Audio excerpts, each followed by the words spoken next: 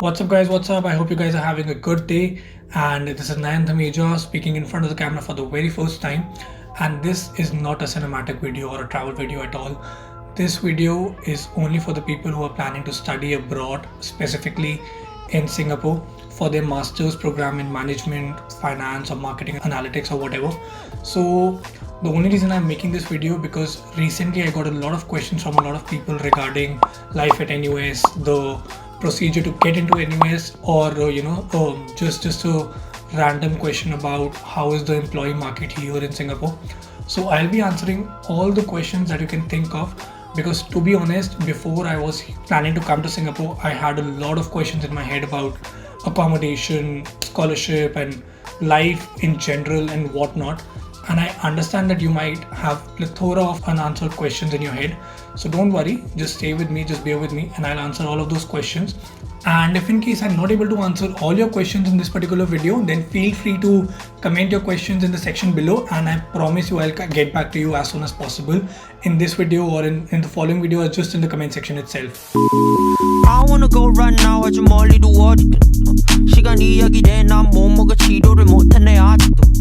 며칠째 난 stuck in the house. 내게 유일한 안식은 핸드폰. 계속해서 지긋지긋한 반복에 필요한 두 알의 타이레놀.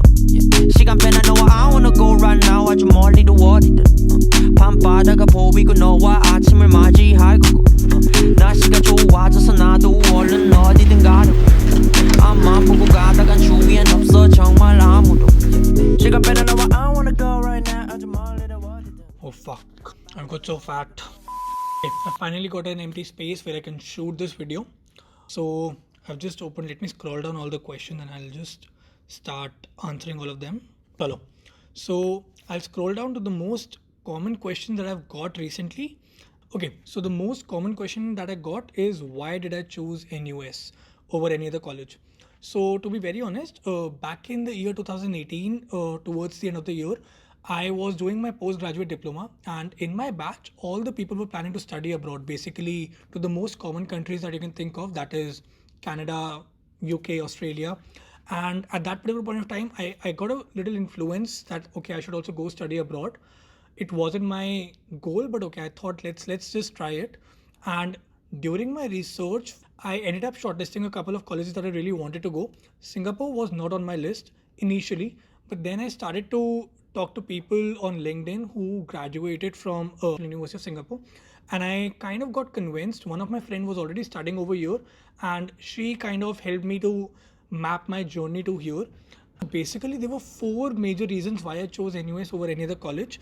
The first one was obviously the university ranking and the respect that the name carries with itself. University of Singapore ranks one when it comes to the Asian colleges by Financial Times, and it ranks pretty well when it comes to the global ranking as well. I think it's number 12 or something similar. Second main reason was that I got a little inclined because I plan to set up a business in the Asian markets, and that's my long-term goal. It totally depends on what's your long-term goal. If you want to settle here, if you want to settle somewhere in US or Canada, wherever, it depends on your goal. So my goal was to set up a business in the Asian markets, and it doesn't make sense for me to go to UK or Canada, study their business ethics and come here and apply them in the Asian markets.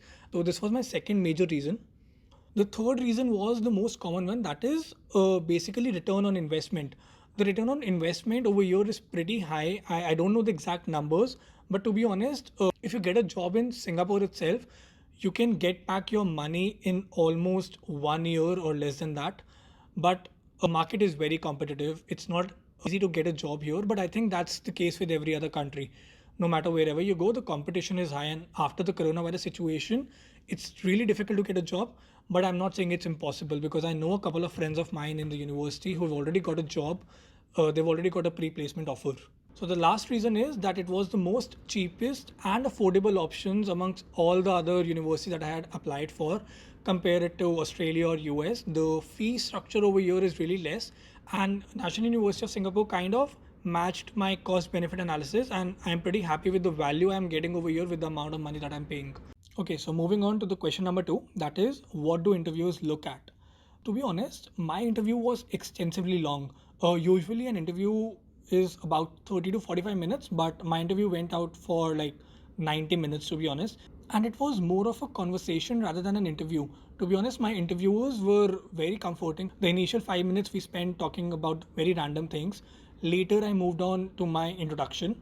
And trust me, guys, this was the sole most important part of my interview, because every other question that I had afterwards was an extension to what I said in my interview. For example, if I said that I've traveled to multiple countries for internships in filmmaking, so all the questions were from these things that I talked about. For example, filmmaking regarding to the countries that I've traveled to, my experiences and everything. So I would recommend you guys to come up with a very strong introduction and make sure that anything that you say can be cross questioned. So make sure you have complete knowledge about what you are saying and you have done your background research. But in any way, I was asked two very specific questions. The first one was that do I have any prior knowledge of finance and economics? And the answer was to this was a clear no. I have done my undergraduate in filmmaking, so I had no idea about this. And rather than bluffing or saying just anything that you're not sure about, it's better to say no. So the second question that I was asked was which book I'm reading these days. To be honest, again, I wasn't reading any book at that particular point of time, but I took the conversation towards that I prefer podcast over books and everything, and then we started talking about the podcast. So there's no structured answer that they are looking for. They are basically looking on how you take up the conversation forward with them. And I think that is pretty much that you need to know about the interview. Uh, Coming to the third question, that is, do you need GMAT or GRE for NUS MSc program? And what would be the ideal GMAT score if in case you need it?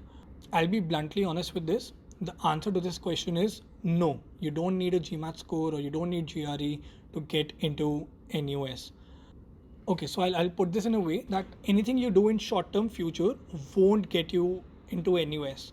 NUS looks at your profile in a very holistic manner, and they're not just looking at your academic scores or your GMAT score, but they're looking at your profile and things that you've done over the period of time. Probably your experiences, your internships, the companies that you've worked with. So in my experience, if I look around my cohort right now, I have people who have their own companies, who have their own consulting firms, and they're still studying over here. They're students who've participated in Olympics. They have that sort of experience. And NUS tries to diversify its cohort as much as possible. So you need to understand that you can't do anything right now to change your application. Obviously, having a GMAT score can be a cherry on the cake, but the cake needs to be there, it's just the cherry up there.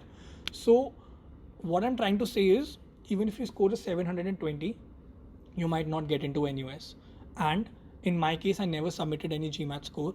I applied without GMAT score and I'm still here. So the last and the most common question was my total expenditure over year as a master's student. So I'll be very precise about this one because I think I'll have to make a separate video for this particular question. As of now, I'm spending almost 2000 Singapore dollars every month, excluding my tuition fee. You can go to the website and look at what the tuition fee is. So I'll be breaking down my expenditure here. Rent, $1,300. Utilities, $100. Transportation, $50. Mobile data, $20. Groceries, $250. Parties and clubbing, $250. And that is it. I think I've answered the most common questions that I received. And if I wasn't able to, then feel free to comment your question in the section below and I'll make a video about it sooner or later.